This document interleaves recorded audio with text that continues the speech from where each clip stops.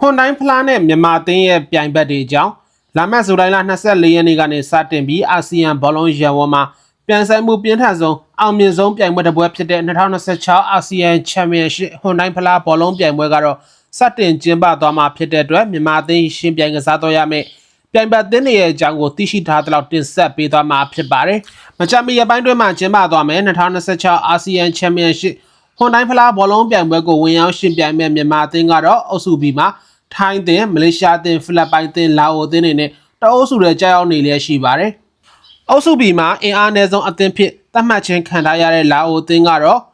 အင်အားနည်းပေမဲ့လေ့ကျင့်ပြင်ဆင်မှုတွေကိုရှော့ထွက်လို့မရတဲ့အသင်းတစ်သင်းအနေနဲ့ရပ်တည်နေလျက်ရှိပါတယ်။လက်ရှိချိန်မှာတော့လာအိုအသင်းကိုဩစတြေးလျနိုင်ငံသားနီးပြ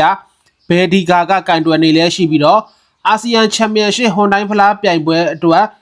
ထုတ်ပြန်ထားတဲ့လူစင်းမှာအသင်းရဲ့အဓိကကစားသမားဖြစ်တယ်လို့အသင်းကောင်းဆောင်လည်းဖြစ်တဲ့ဘွန်ခေါင်ကိုရွေးချယ်ထားတဲ့အပြင်ပြည်ပကလပ်အသင်းတွေမှာတွားရောက်ကစားနေကြတဲ့လာအိုကစားသမားအများစုကိုလည်းပြန်လည်ရွေးချယ်ထားတာကိုတွေ့ရှိရပါတယ်။လာအိုအသင်းဟာဟွန်တိုင်းဖလားဘောလုံးပြိုင်ပွဲကိုပြည်တွင်းမှာပဲလေ့ကျင့်မှုတွေပြုလုပ်ခဲ့ရုံသာမကဗီယက်နမ်နိုင်ငံမှာလည်းလေ့ကျင့်မှုတွေကိုဆက်လက်ဆောင်ရွက်နေလျက်ရှိပါတယ်။အခုနှစ်ဘောလုံးရာသီမှာအကြပိုင်းကိုရောက်ရှိလာခဲ့တဲ့မလေးရှားအသင်းကတော့အခုနှစ်ဘောလုံးပြိုင်ပွဲမှာလည်းအောင်မြင်မှုတွေကိုတကြောပြန်ရရှိနိုင်ဖို့ပြင်ဆင်မှုတွေပြုလုပ်ထားတာကြောင့်ပြိုင်ဘက်အသင်းတွေအတိုင်းအတွက်ဖြတ်မြင့်ဖြစ်တွေ့မြင်ရနိုင်ခြေရှိပါတယ်။မလေးရှားအသင်းကိုလက်ရှိချိန်မှာတော့မလေးရှားထိပ်တန်းကလပ်အသင်းဖြစ်တဲ့ဂျိုဟိုဆောက်တန်တိုင်ဂါအသင်းကို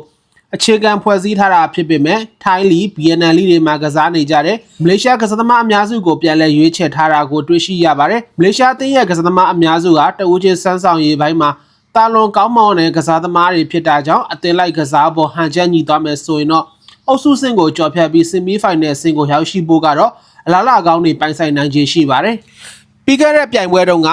ဆီမီဖိုင်နယ်ဆင့်ထိတက်လှမ်းနိုင်ခဲ့တဲ့ဖိလစ်ပိုင်အသင်းကတော့အခုပြိုင်ပွဲမှာလည်းအုပ်စုဆင့်ကနေတက်လှမ်းနိုင်ဖို့ရေပန်းစားနေတဲ့အသင်းတွေကတသင်းဖြစ်ရပ်တည်နေလျက်ရှိပါတယ်။ဖိလစ်ပိုင်အသင်းဟာအခုနှစ်ဘောလုံးပြိုင်ပွဲအတွက်ဖိလစ်ပိုင်လီမှာကစားနေကြတဲ့ကစားသမားအများစုထက်ထိုင်းမလေးရှားကလပ်အသင်းတွေမှာကစားနေကြတဲ့ကစားသမားတွေအပြင်ဥရောပဘောလုံးလောကမှာကျင်းလည်နေကြတဲ့ဖိလစ်ပိုင်နွယ်ပါဥရောပကစားသမားအများစုကိုရွေးချယ်ထားတာကြောင့်အင်အားတောင့်တင်းတဲ့အသင်းဖြစ်တွေ့မြင်ရနိုင်ခြေရှိပါတယ်။အာဆီယံချန်ပီယံရှစ်ပြိုင်ပွဲမှာအောင်မြင်ဆုံးအသင်းဖြစ်ရပ်တည်နေလျက်ရှိတဲ့ထိုင်းအသင်းကတော့ဒီအုပ်စုမှာအင်အားတောင့်တင်းဆုံးအသင်းဖြစ်သတ်မှတ်ခြင်းခံထားရသလိုချန်ပီယံဆုဖလားအတွက်လည်းရေပန်းစားနေတဲ့အသင်းတစ်သင်းဖြစ်ပါတယ်။ဒါပေမဲ့လည်းထိုင်းအသင်းရဲ့နီးပြချုပ်အန်တိုနီကတော့ထိုင်းအသင်းကိုသူတို့ရဲ့စူပါစတာကစားသမားတွေဖြစ်တဲ့ချာနက်တစ်တီဟာစီစူပါချက်တို့လိုအဓိကကစားသမားတွေစားထိုင်းယူနီဆက်3တင်းရဲ့လူငယ်ကစားသမားတွေနဲ့အခြေခံဖွဲ့စည်းထားတာဖြစ်တာကြောင့်လူငယ်အသွေးသစ်တွေကဘယ်လောက်ထိစမ်းဆောင်နိုင်မလဲဆိုတာကတော့စောင့်ကြည့်သွားရမှာဖြစ်ပါတယ်။